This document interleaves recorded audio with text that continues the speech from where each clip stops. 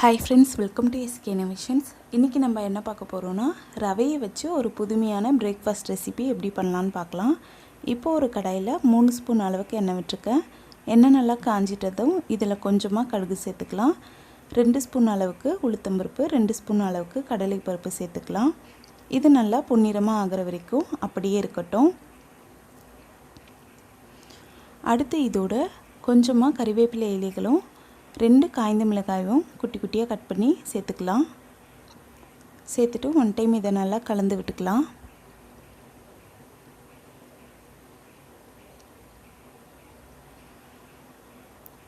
இப்போ இதை நல்லா கலந்து விட்டாச்சு.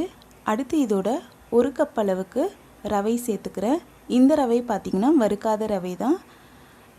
இப்போ இதை நல்லா இந்த எண்ணெயில் வறுத்துக்கலாம். ஒரு 30 செகண்டுக்கு இந்த மாதிரி நல்லா சிம் ஃப்ளேமில் வச்சு வறுத்து விட்டுக்கோங்க.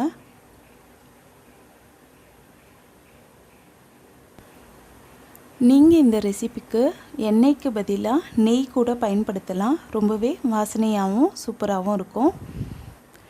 இந்த டைமில் நம்ம என்ன பண்ணலான்னா, பக்கத்து ஸ்டவ்வில் 1 கப் ரவைக்கு 3 கப் அளவுக்கு தண்ணி கொதிக்க வச்சுக்கிறேன். இப்போ பார்த்திங்கன்னா 30 செகண்ட் ஆகிடுச்சு. அடுத்து இதோட 1/4 கப் அளவுக்கு தேங்காய் துருவல் சேர்த்துக்கிறேன். தேங்காய் துருவல் பார்த்திங்கன்னா ஆப்ஷனல் தான்.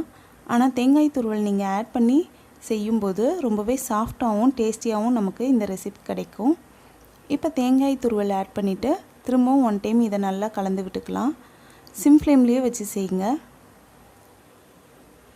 இப்போ இதுவுமே ஒரு 30 செகண்டுக்கு அப்படியே நல்லா வதங்கட்டும்.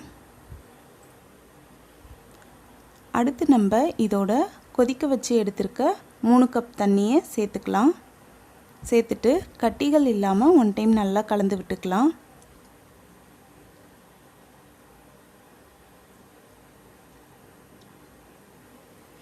இதை நல்லா கலந்துட்ட பிறகு ஃபுல்லாகவே சிம் ஃப்ளேமில் வச்சுட்டு இந்த ரெசிபிக்கு தேவையான அளவுக்கு உப்பு சேர்த்துக்கலாம்.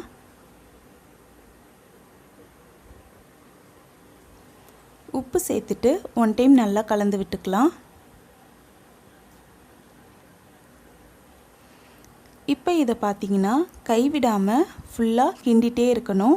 அப்போ தான் நமக்கு அடிப்பிடிக்காமல் கிடைக்கும். இல்லாட்டி அடிப்பிடிச்சிடும். அதனால் 1 நிமிஷத்துக்கு இதை நல்லா கிண்டிகிட்டே இருங்க. அப்போ தான் நம்ம சேர்த்துருக்க தண்ணி ஃபுல்லாக ட்ரை ஆகி வரும். இப்போ பார்த்திங்கன்னா ஓரளவுக்கு தண்ணி நல்லா ட்ரை ஆகிடுச்சு. இன்னுமே நமக்கு கெட்டியான மாவு பதத்துக்கு இது கிடைக்கணும். அது வரைக்கும் நல்லா கிண்டிகிட்டே இருங்க. இப்போ பார்த்திங்கன்னா நமக்கு கெட்டியான மாவு பதம் கரெக்டாக வந்துடுச்சு. இந்த கன்சிஸ்டன்சியில் உங்களுக்கு கிடைச்சதும் ஸ்டவ் ஆஃப் பண்ணிக்கோங்க.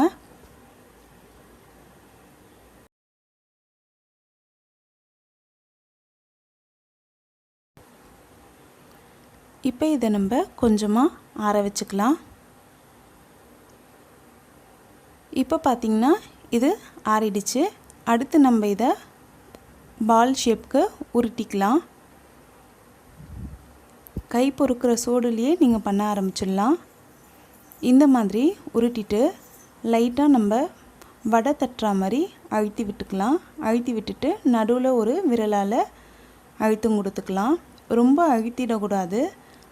ரொம்ப அழுத்தினா விரிசல் வந்துடும். அதனால் ரொம்ப பொறுமையாக அழுத்தி விடுங்க. பாருங்கள், இந்த மாதிரி லைட்டாக அழுத்திட்டு லைட்டாக ஒரு அழுத்தம் வந்து நடுவுலையும் கொடுத்துட்டு நம்ம இந்த மாவு ஃபுல்லாகவே செஞ்சு வச்சுக்கலாம். இப்போ பார்த்திங்கன்னா இந்த மாவு ரெடி ஆகிடுச்சு. இதை நம்ம இட்லி குக்கரில் சேர்த்துடலாம். இட்லி தட்டில் எண்ணெய் தடவி வச்சுருக்கேன். இப்போ நம்ம ரெடி பண்ணி வச்சுருக்க உருண்டைகளை இதில் வச்சிடலாம்.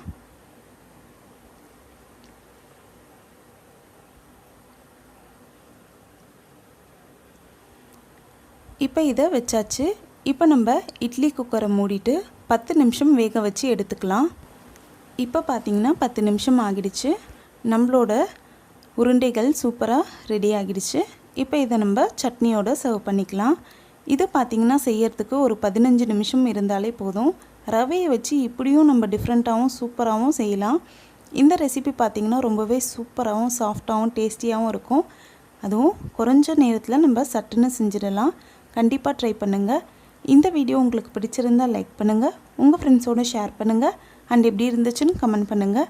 நம்ம சேனலை ஃபஸ்ட் டைம் பார்க்குறீங்கன்னா மறக்காமல் சப்ஸ்கிரைப் பண்ணுங்கள். தேங்க்ஸ் ஃபார் வாட்சிங் ஃப்ரெண்ட்ஸ்.